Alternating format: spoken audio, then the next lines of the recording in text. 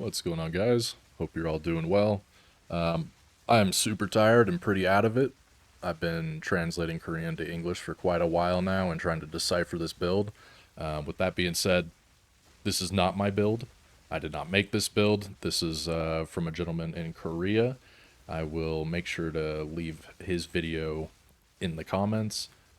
Go give him a like and subscribe because it's nothing short of genius. So this is post 0.1.1, and I'm sure a lot of you have heard about the build, but maybe you haven't sat down to do what I did as far as translating Korean to English. So this is using Trample Toe.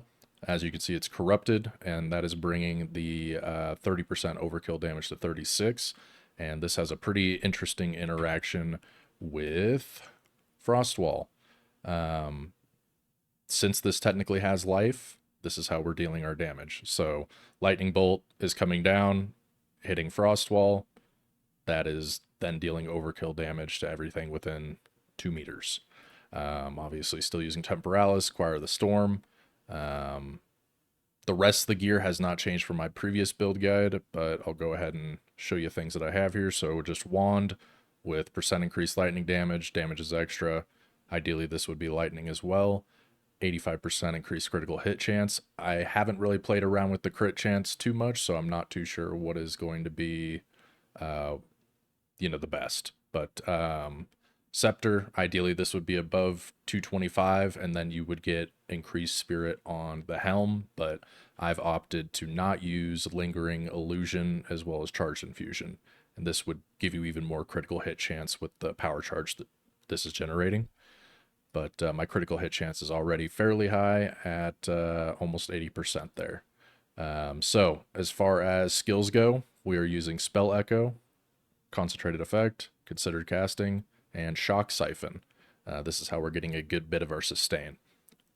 And next up, we have Cast on Crit, you already saw with Frostwall. Now we have Spell Cascade, Icicle to lower the life, Inspiration to lower the cost, and energy retention to get some of that mana back. Then we have Cast on Dodge. And his guide, he had used level 10. And the reason for that is it actually fires more projectiles, but I just would rather it be more efficient on the mana, and I haven't really noticed a difference in the clear. So with that, we're using Brutality. Super interesting. I could not figure out for hours why he was using this, but it is pretty much to ensure that this is not dealing any damage. It is only triggering critical strike or critical hits. And the reason for that is you don't want Spark to kill the icicles and then ruin the overkill damage. So that's how we're doing that. Acceleration for more projectile speed, chain, and our second Spark. If you're going to do this yourself and you haven't done an Autobomber, the positioning of these does matter. Next up, we have Spooky Banquet. That is how this was translated in Google Docs. So that's it's interesting. But yeah, there's your Spooky Banquet. Blink using Arcane Tempo, Unbreakable for that additional stun threshold, Wind Wave, and Second Wind.